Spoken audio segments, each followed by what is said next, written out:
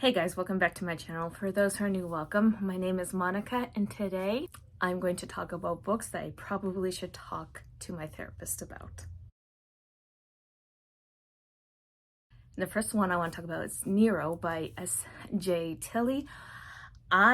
This one is about Peyton and Nero.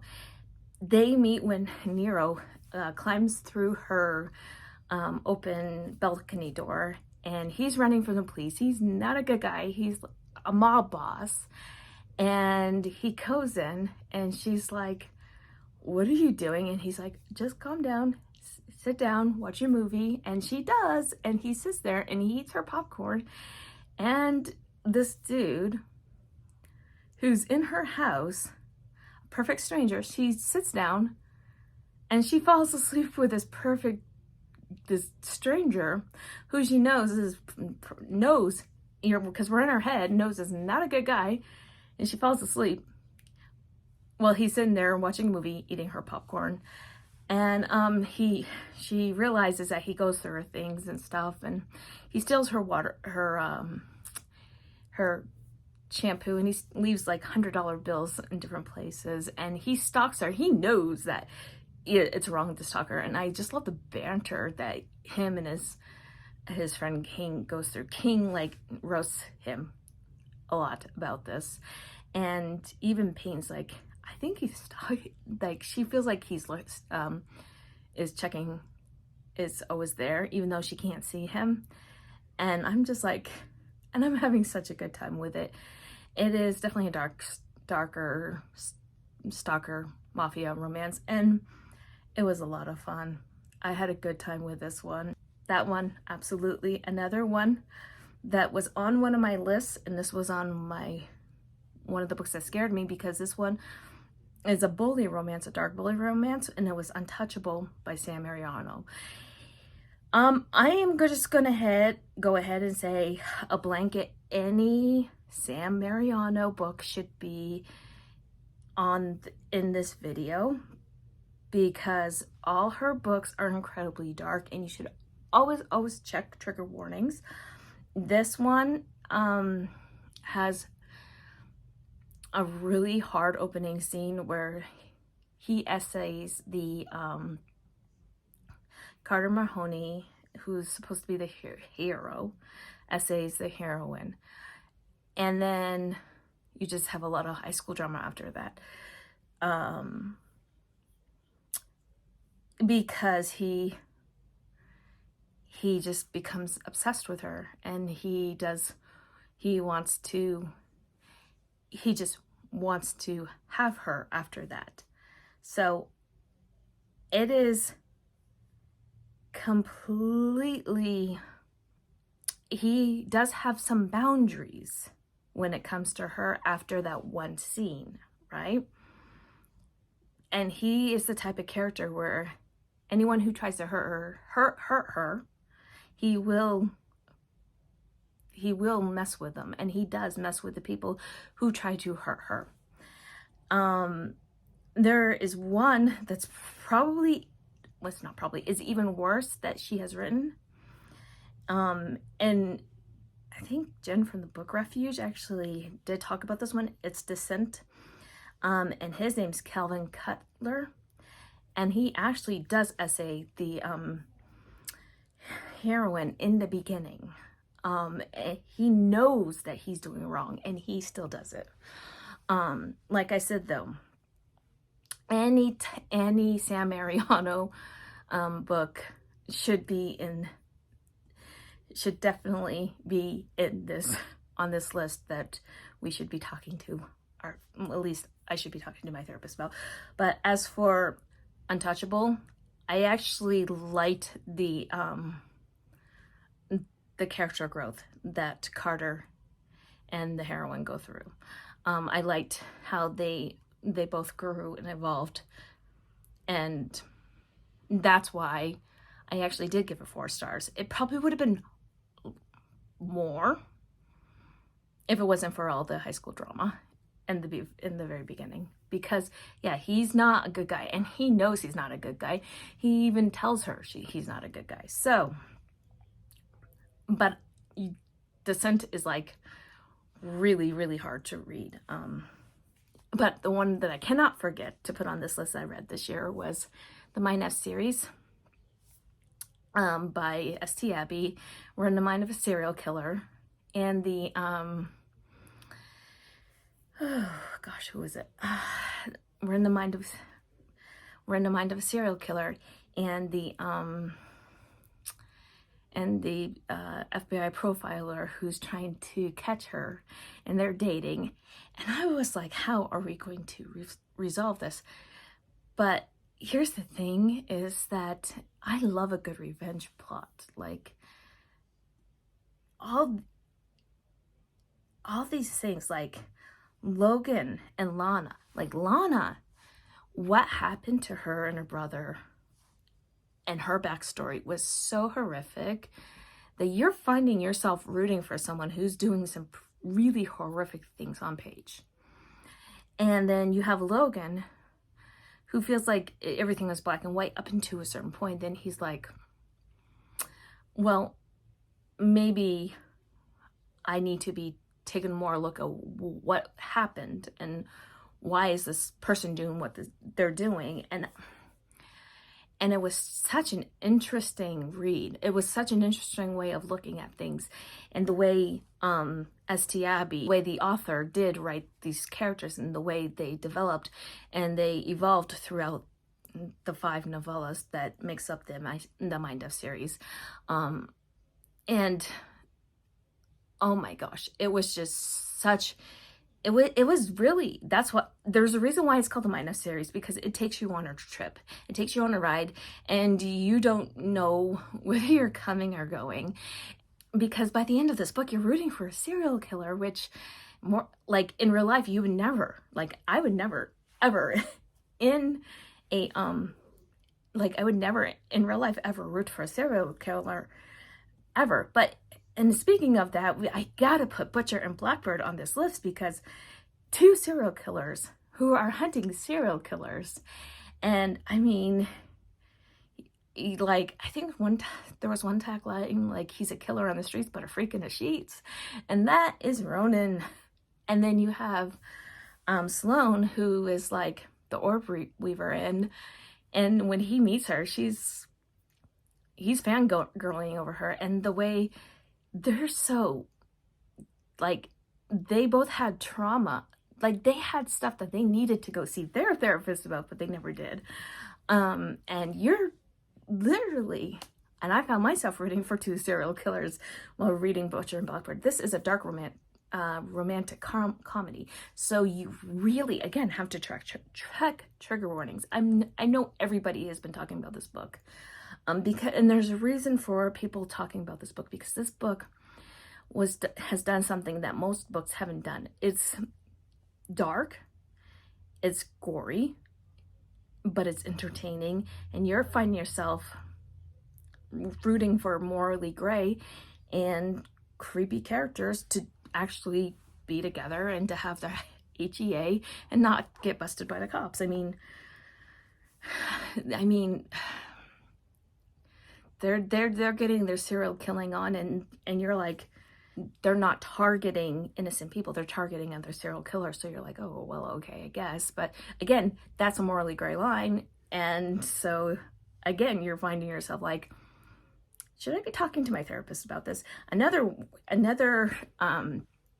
book series, or 2 books, I should say, that really should be on this list is Twisted Emotions and Twisted Pride.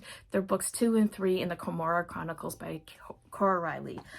I'm gonna move for a minute because my back is starting to hurt. Okay, so Twisted Emotions and Twisted Pride. That is Nino and Remo Falcone.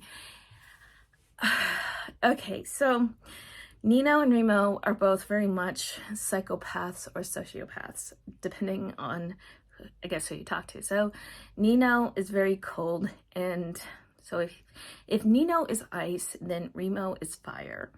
Nino marries Chiara, who is related to Luca Vitiello from the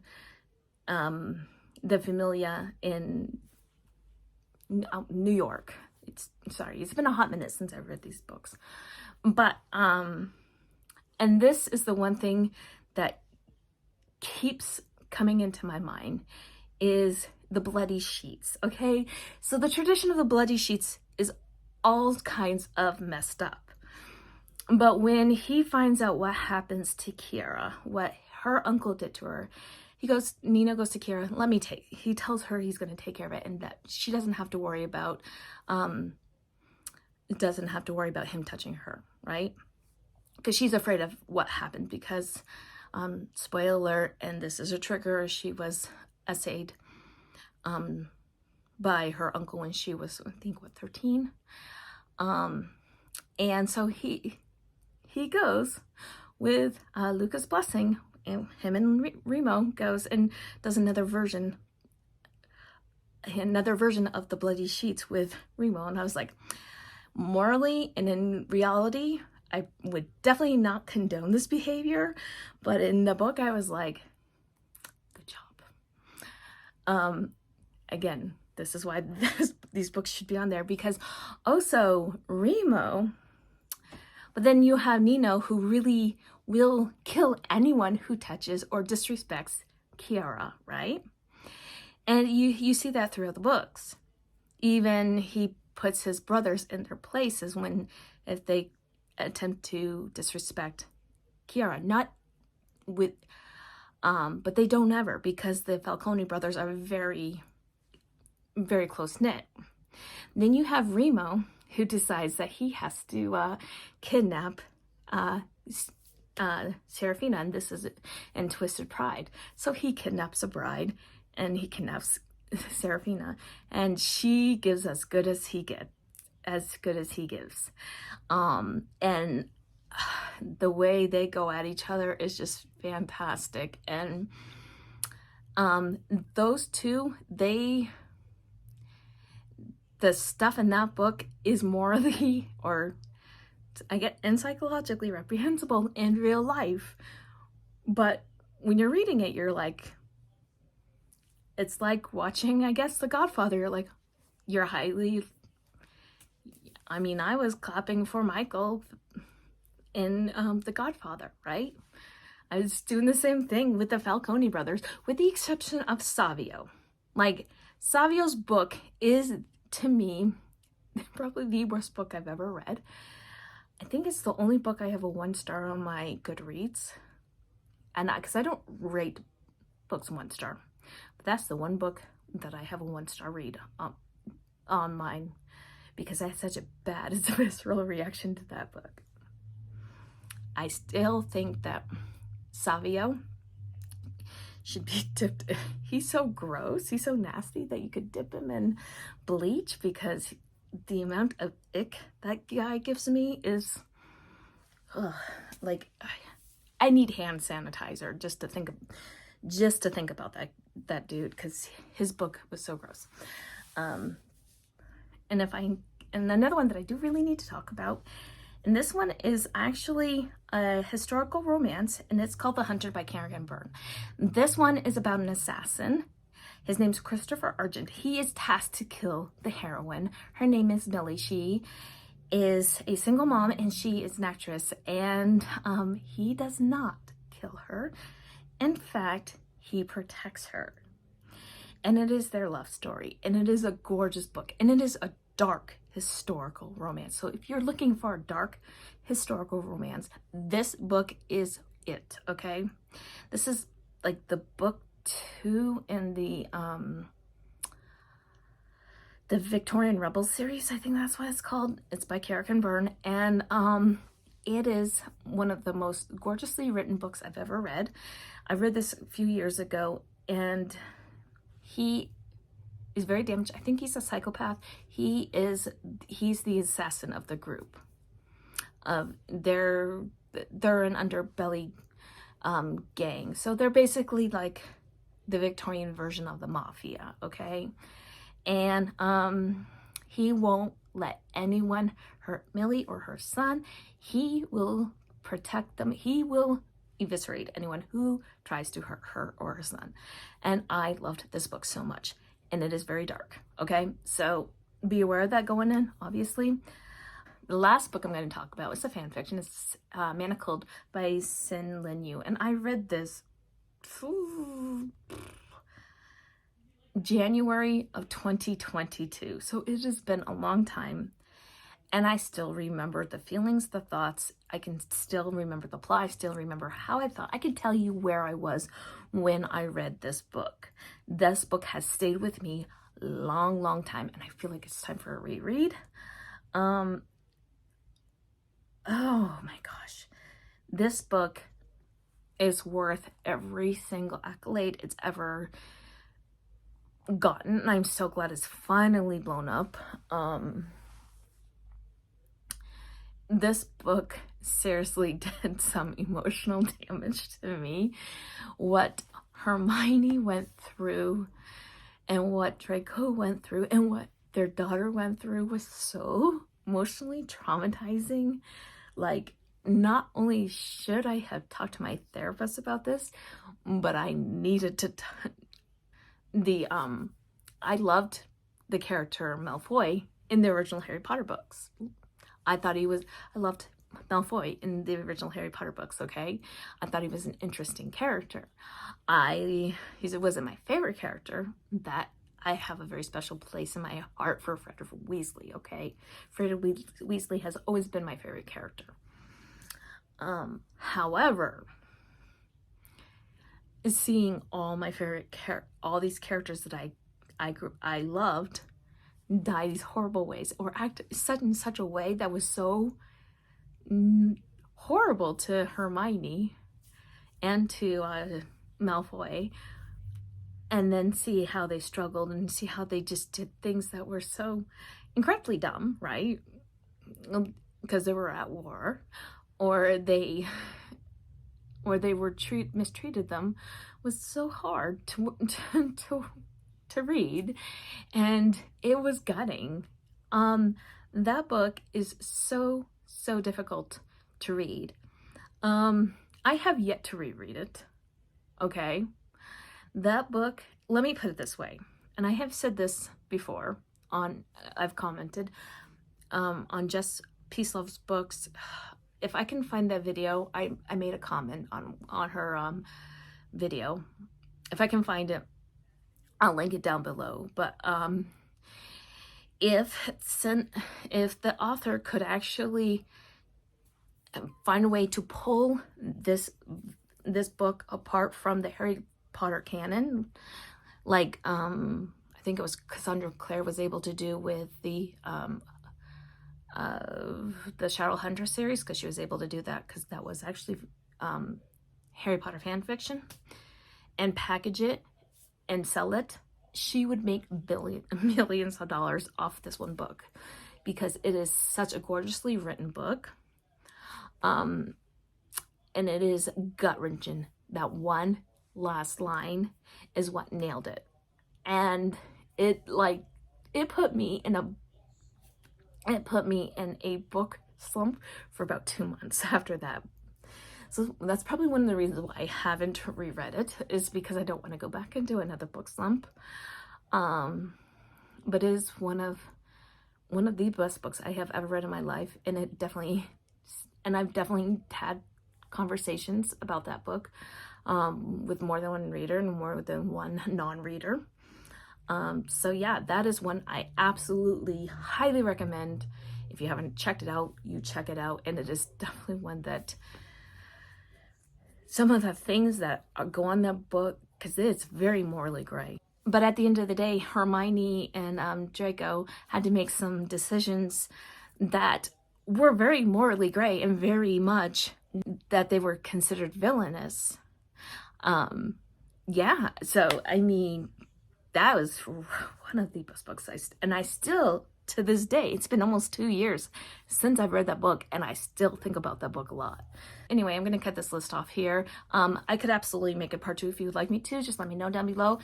And also, if you have a book that you probably should talk to your therapist about, let me know down below. If you have made it this far in this video and you want to let me know that you're here but you don't want to comment on anything, please leave me a black heart emoji.